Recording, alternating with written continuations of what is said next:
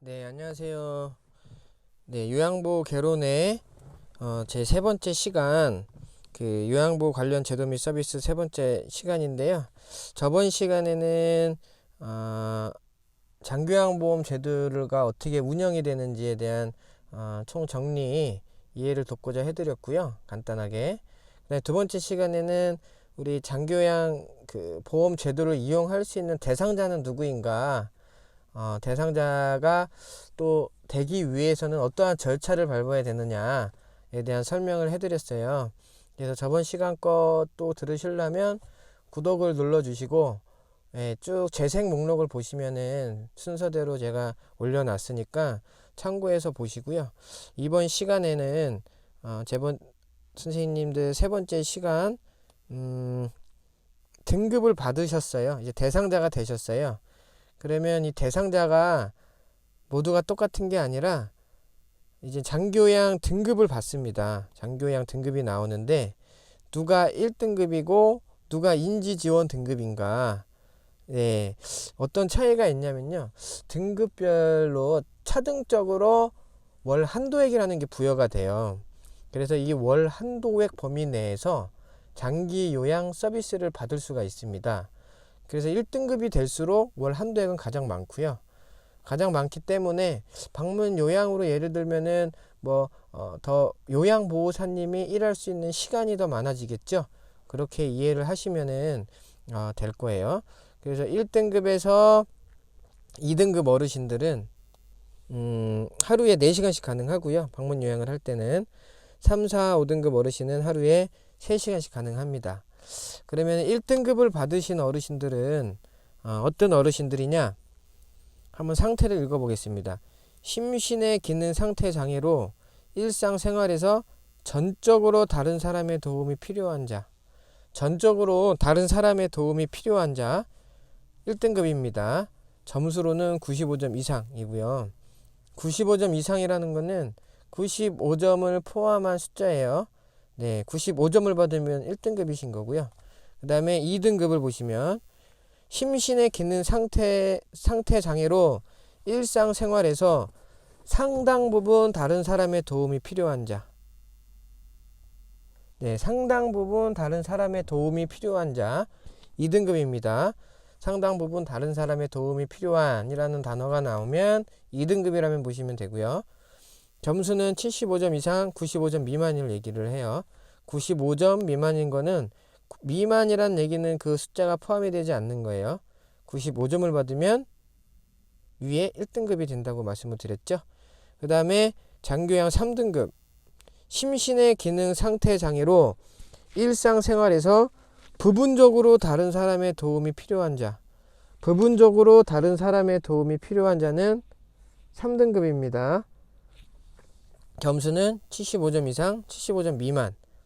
그 다음에 4등급 심신의 기능 상태 장애로 일상생활에서 일정 부분 다른 사람의 도움이 필요한 자, 일정 부분 다른 사람의 도움이 필요한 자는 4등급이 돼요.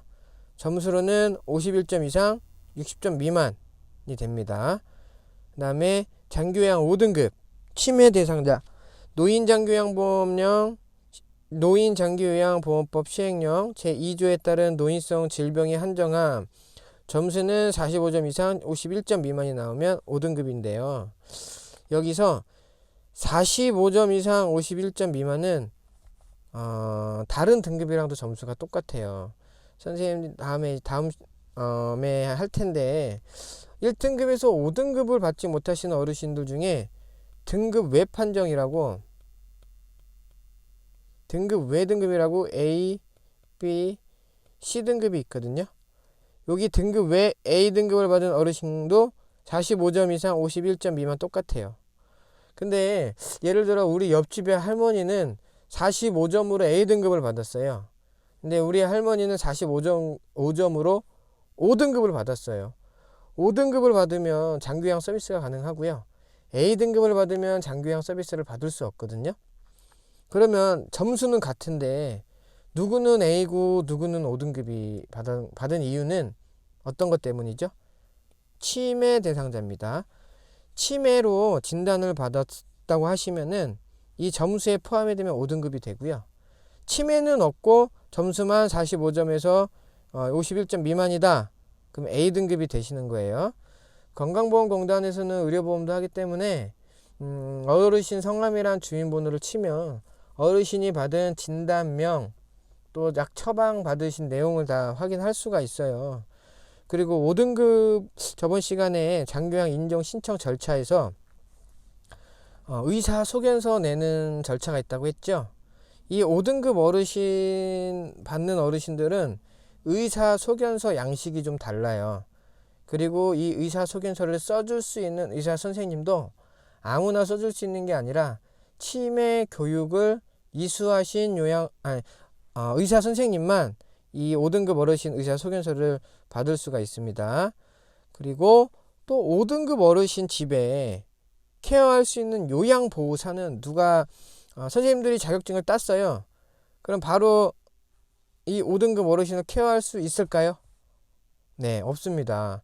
5등급 어르신은 요양보호사 자격증을 따시고 또 치매 교육을 이수하신 선생님들만 5등급 어르신을 케어가 가능하고요. 그러면 이 치매 교육은 어디서 하냐면 선생님들이 개별적으로 신청을 할 수가 없어요. 일단 선생님들이 취업을 하셔야 되고요. 그 장기 요양기관에 취업을 하시면 선생님들이 소속되어 있는 장기 요양기관에서 신청을 해주게 되어 있습니다. 그 의도를 생각하면은 5등급 어르신이 우리 기관에 배출이 됐어요. 그러면 우리 기관에 소속되어 있는 요양보호 선생님들이 이 5등급 어르신을 케어하러 가야 될 텐데 5등급 어르신 케어할 수 있는 자격 요건은 치매 교육을 받아야 되거든요. 그렇기 때문에 나라에서는 그래 너희 5등급 어르신 배출될 수도 있으니까 너의 기관에 종사하시는 분들 중에 영향력을 키울 수 있게 이 치매 교육을 받을 수 있도록 해 라는 얘기고요. 일단 개인적으로 신청할 수 있는 게 아니라 취업처에서 추천을 해서 2명 이렇게 신청을 할 수 있습니다. 그래서 그 교육을 받으신 분들만 이 5등급 어르신을 케어할 수 있고요. 주된 업무가 인지활동을 하는 거예요. 네, 보통 1등급에서 4등급 어르신은 뭐 일상생활 지원, 신체 지원, 개인활동 지원, 정서 지원 이런 걸 하게 되지만 5등급 받은 어르신들의 주된 역할은 인지활동이에요. 즉 요양보호 선생님이 가셔서 치매 예방, 치매 유지 뭐 이렇게 치매 관련된 인지활동을 하러 갑니다. 뭐 퍼즐 맞추기라든가 그림 그리기라든가 이런 활동을 하게 되고요.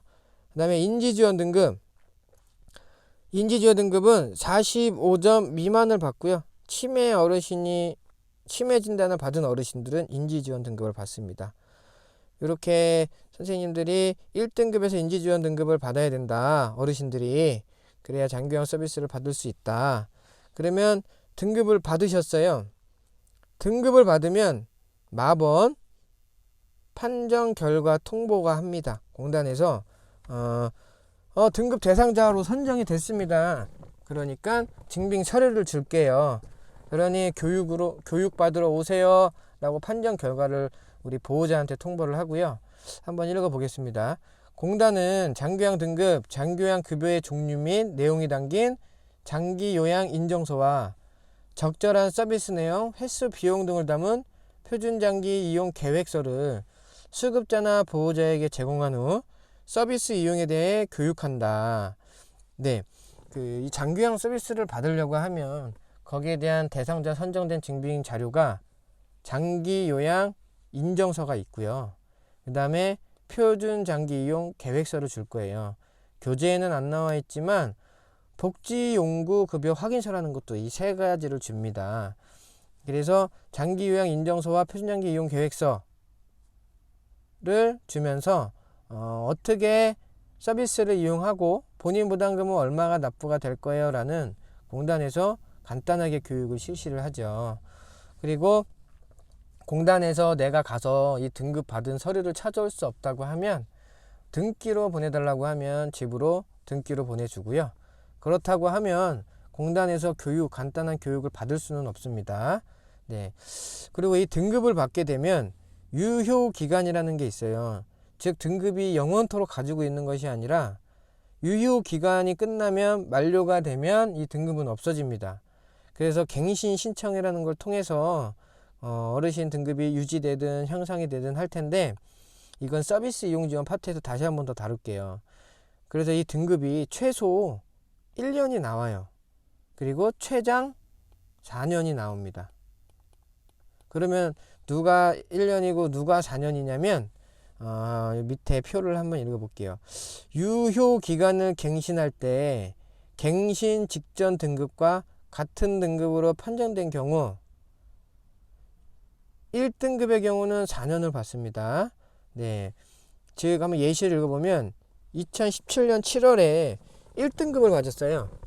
그래서 유효기간이 1년이 나오셨어요. 그래서 2018년 7월에 다시 등급을 신청을 했는데 또 1등급을 또 받으신 거예요. 예. 그랬을 때 다음 갱신할 때는 몇 등급을 받냐면 4년을 받아요. 그래서 2022년 7월에 다시 갱신 신청을 하면 됩니다. 그 다음에 1등급의 경우는 4년이고요. 2등급에서 4등급인 경우에는 3년이에요. 즉 똑같이 직전 등급과 같은 등급을 받았다고 하면 2등급에서 4등급을 받은 어르신들은 그 다음에 갱신 신청할 때 3년을 받는다는 얘기예요. 예시를 읽어볼게요. 2017년 7월에 2등급을 받으셨어요. 그래서 1년 등급을 받았어요. 1년 유효기간을 받고서 1년 후에 다시 갱신 신청을 했더니 1년 후면 2018년 7월이죠. 7월에 갱신 신청했더니 또 2등급을 똑같이 받았어요. 그러면 그 다음에 갱신 신청할 때는 3년을 받는다는 얘기예요. 2021년. 또 2017년 7월에 3등급을 받았어요. 그래서 유효기간이 1년이 나왔고 1년 후인 2018년 7월에 다시 신청을 했더니 또 3등급이 나온 거예요. 그러면 직전 등급 3등급, 1년 후 등급 3등급 똑같죠? 다음에 1년 후에 신청할 때는 3년이 나온다는 얘기입니다. 그 다음에 5등급, 인지지원 등급도 마찬가지로 직전 등급과 같은 등급이 나왔을 경우에 그 다음에 갱신 신청을 했을 때는 유효기간이 2년이 나온다. 이렇게 이해를 하시면 되고요. 이게 법으로 정해져 있지만 모두가 똑같이 이렇게 되는 건 아니래요. 별표를 보면 등급판정위원회는 유효기간을 6개월 범위 내에서 가감을 하여 조정할 수 있음이라고 되어 있습니다. 그러니까는 4년이 안 나올 수도 있고 3년이 안 나올 수도 있고 2년이 안 나올 수도 있어요. 6개월 범위 내에서 가감을 할 수 있다는 내용입니다. 그 다음에 5번 장기 요양 급여의 내용. 이 부분은 선생님들이 기관의 종류를 아시면 돼요. 장기 요양 기관의 종류를 아시면 돼요. 즉 등급을 받으셨어요. 그럼 장기 요양 서비스를 받으셔야 될 때 내가 받을 수 있는, 우리 부모님이 받을 수 있는 서비스는 뭐가 있나, 이 장기 요양 급여의 종류는 뭐가 있냐 라고 이해를 하시는 건데, 그 얘기는 곧 장기 요양 기관의 종류를 아시면 되는 거거든요. 즉 장기 요양 기관의 종류에는 크게 재가시설인 재가급여가 있고요. 시설급여인 입소시설이 있어요. 그래서 요번 파트에서, 요번 시간에는 재가급여만 다룰 거거든요. 재가급여. 즉 재가급여는 선생님들이 재가시설이라고 이해하시면 좋고요. 이 재가시설보다 더 큰 개념이 있어요. 이용시설이라고 합니다. 즉 이해를 하시면 우리 어르신들이 등급받은 대상자분들이 재가시설을 이용한다는 것은 말 그대로 이용을 했다가 제자리로 오는 것을 얘기를 해요. 요양원 같은 경우는 어르신들이 입소를 해서 거기서 의식주 생활을 합니다. 예. 어르신이 계속 거기서 생활을 하기 때문에 생활시설이라고 하거든요. 근데 재가시설은 거기서 의식주 생활을 하는 것이 아니라 이용을 했다가 제자리에 오는 이용시설입니다. 요 개념을 이해를 하셔야 되는 게, 등급받은 대상자 어르신이 이용할 수 있는 급여의 종류를 하고 있잖아요. 근데 등급받지 않은 어르신들이 이용할 수 있는 우리 서비스, 복지 서비스가 있어요.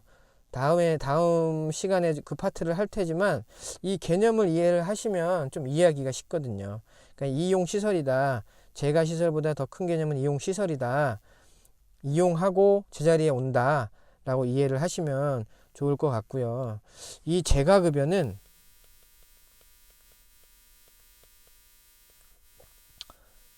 재가 시설이라고 이용을 하면 되고요. 선생님들이 240시간 교육과정 중에 재가 시설 실습을 가셨을 거예요. 근데 보통 선생님들이 재가 시설이라 그러면 방문 요양, 방문 목욕만 재가 시설이라고 생각하는 경우가 많이 있더라고요. 재가 시설의 종류를 보면 첫 번째 방문 요양이 있습니다. 이 방문 요양은 방문자가 들어가죠. 교재에 우리 이제 등급받은 어르신들 대상자를 수급자라고 표현이 돼 있어요. 교재에 나오는 수급자는 기초생활수급자가 아니라 등급받은 어르신들, 등급받은 대상자를 수급자라고 표현을 하거든요. 그러면 등급받은 어르신들이 방문 요양 서비스를 이용을 할 때 이 수급자 어르신은 어디에 있나요? 본인 집에 있거나 가정집에 있을 거예요. 그래서 보통 요양보호 선생님이 등급받은 수급자를 돌보러 등급받은 어르신 집으로 갑니다. 그러니까 방문 요양에 대한 설명을 묻는 문제가 나오면 수급자 집을 방문하여 이런 단어가 들어가고요. 수급자 집을 방문해서 무슨 일을 하나, 우리 요양보호 선생님이 신체 지원도 할 거고요. 뭐 개인활동 지원도 할 거고요.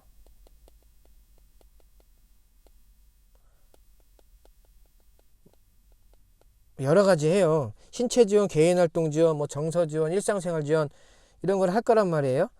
그러니까는 단어에 수급자 집을 방문하여라는 단어가 들어가고 뭐 신체 지원, 개인활동 지원 등 이런 단어가 들어갈 거예요. 그리고 방문 목욕.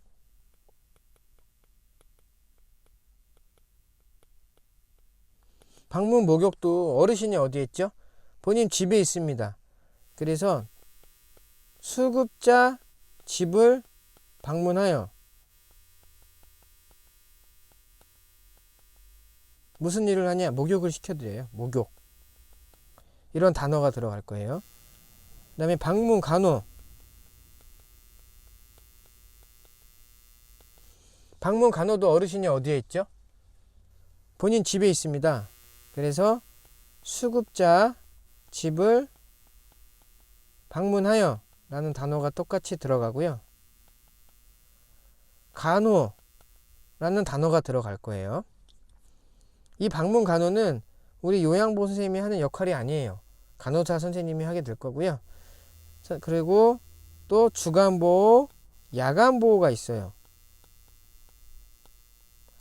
이거는 주 야간보호센터는 유치원이라고 생각하시면 되는데 우리 아이들이 다니는 유치원이 아니라 등급받은 어르신들이 다니는 유치원이라고 생각하시면 돼요.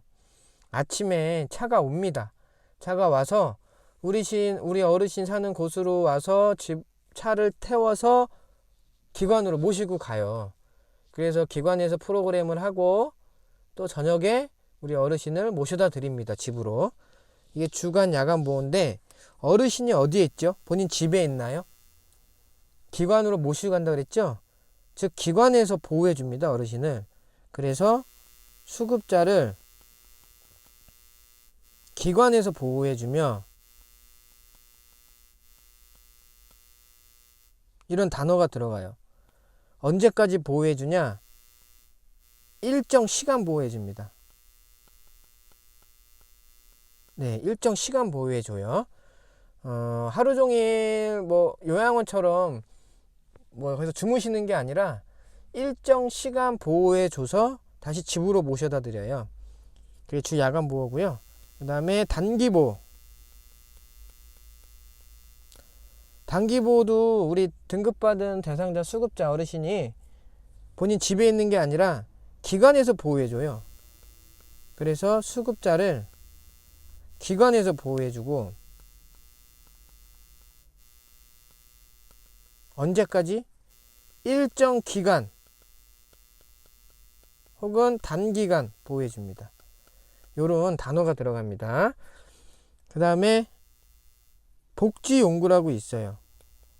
교재에는 기타 재가급여라고 나와 있는데 이 복지용구는 의료기기인데 우리 어르신 복지용구라고 지정되어 있는 복지용구 물품을 살 수도 있고 대여를 할 수가 있어요. 보통 1등급에서 인지지원 등급은 등급별로 한도액이 달라요. 매월 등급별로 한도액이 다른데 1등급 어르신이 한도액이 제일 많다고 했잖아요. 근데 그거와는 별개로 모두가 똑같이 복지용구는 1년에 160만원이라는 한도액이 주어집니다. 모두 똑같이요. 이 160만원이라는 1년에 160만원이라는 한도의 범위 내에서 복지용구라고 지정되어 있는 용구들을 살 수가 있고 대여를 할 수가 있는 거예요. 이것 또한 재가시설입니다. 이렇게 이해를 하시면 되고요. 지금 방문 요양, 방문 목욕, 방문 간호, 주 야간 단기보, 복지용구 이거는 재가급여다, 재가시설이다. 지금 다 외우셔야 돼요. 그래서 교재에 지금 다시 교재로 넘어가 38페이지를 보시면 재가급여 같이 읽어보겠습니다. 가정에서 생활하며 장교양기관이 운영하는 방문요양, 방문목욕, 방문간호, 주야간보, 단기보 등 신체활동 및 심신기능 유지를 향상을 위한 서비스를 제공받는다. 재가급여 서비스 중 방문간호는 의료법 시행규칙 제24조에 따라 기본간호 및 교육, 훈련 및 상담, 일부 검사, 투약, 주사 등을 의사의 처방, 간호 지시서에 의하여 제공한다. 요양보호사는 방문간호의 내용은 절대 수행해서는 안되며 필요한 경우 방문간호를 이용할 수 있도록 연계해야 한다.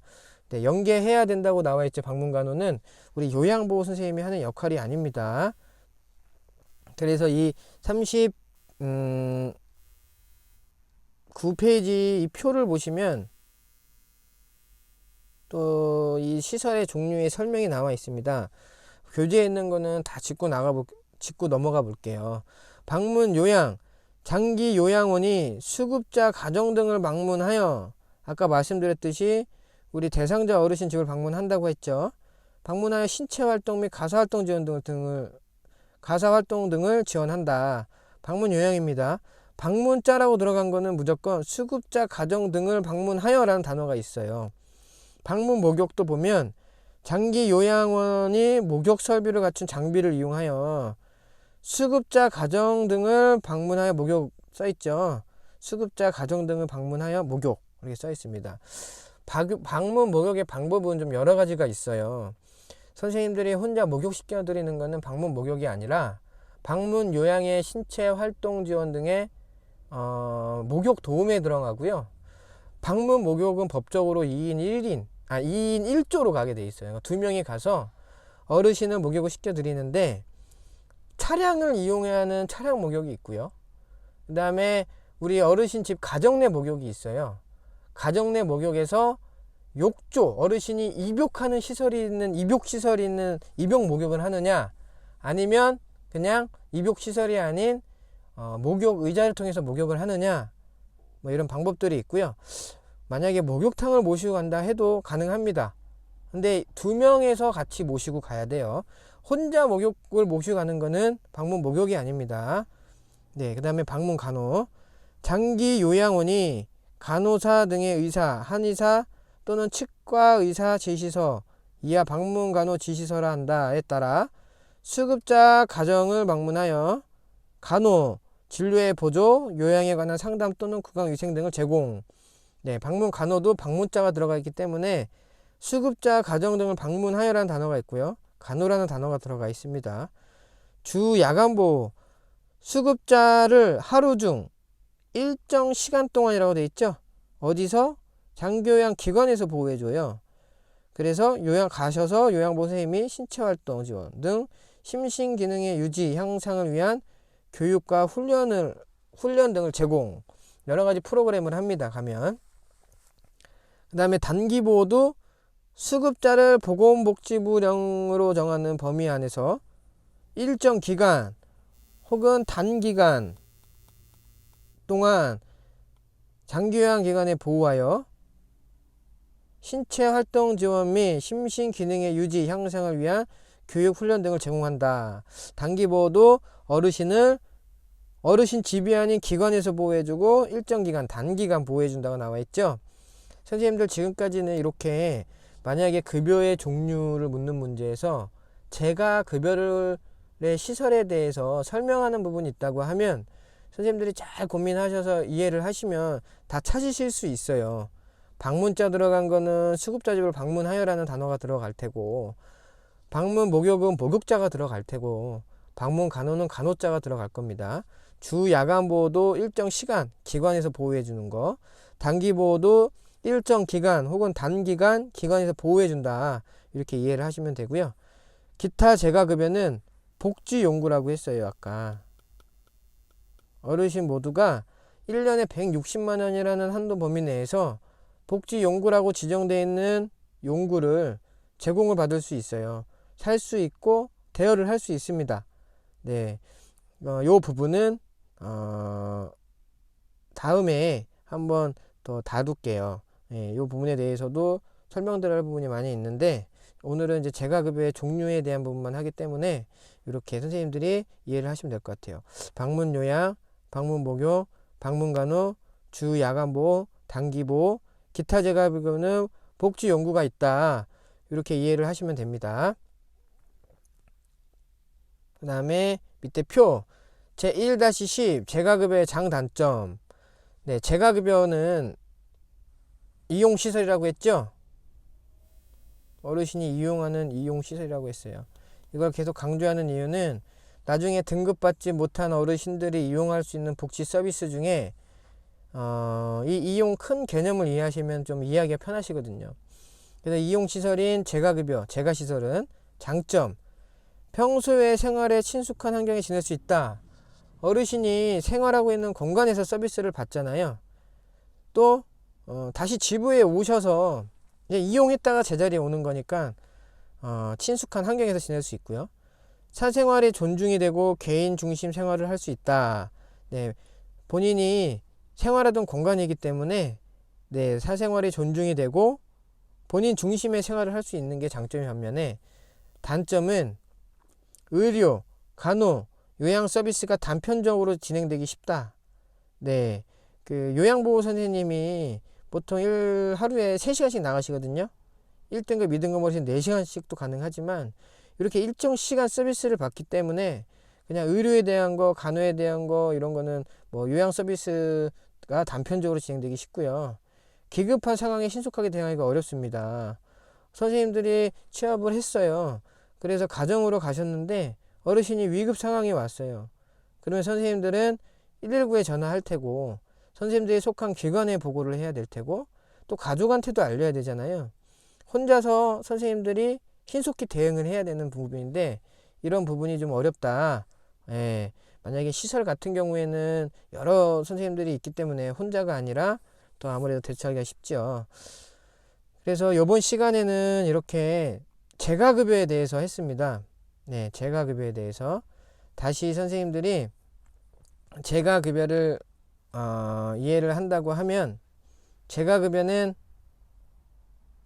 크게 이용시설이다. 그리고 이용을 했다가 제자리에 온다. 기관의 종류를 보시면 방문 요양, 방문 목욕, 방문 간호, 방문자가 적혀있는 이 3가지 서비스랑 어르신들이 이용할 수 있는 유치원, 주간, 야간, 단기 보호가 있다. 그리고 복지 용구가 있다. 이렇게 이해를 하시면 되고요. 우리 선생님들이 교육 과정 중에 실습을 나가셨을 거예요. 방문 요양, 방문 목욕 여기 실습 나가셨죠? 그 다음에 주간, 야간, 단기 보호 여기 실습 나가셨습니다. 선생님들, 요양보호 선생님들이 계신 곳이면 실습을 다 하신 거예요. 예. 방문 간호랑 복지 연구는 선생님들이 하는 역할이 아니기 때문에 여기 실습을 안 나갔고요. 그래서 정 외우시기 힘들거나 그렇다 하더라도 시험 문제에 나왔다. 그러면 선생님 실습하신 곳들을 잘 생각하시면 맞출 수도 있을 거라고 생각이 듭니다. 그러면 다음 시간에는 급여의 종류, 재가급여 말고 시설급여를 할 거예요. 시설급여는 선생님들이 쉽게 요양원이라고 생각하시면 되고요. 크게 어르신이 의식주 생활을 거기서 다 하는 곳이다. 그래서 생활시설이라고 한다 라고 이해를 하시면 좋을 것 같고요. 다음 시간에도 선생님들이 이해를 잘 할 수 있도록 설명을 드릴 텐데, 전 시간 강의한 거를 듣고 싶으시면 구독을 눌러 주시고요. 재생 목록에 가시면 순서대로 잘 올려놨으니까 선생님들이 들으시고 도움이 많이 되셨으면 합니다. 네, 그러면 다음 시간에 뵙겠습니다. 안녕히 계세요.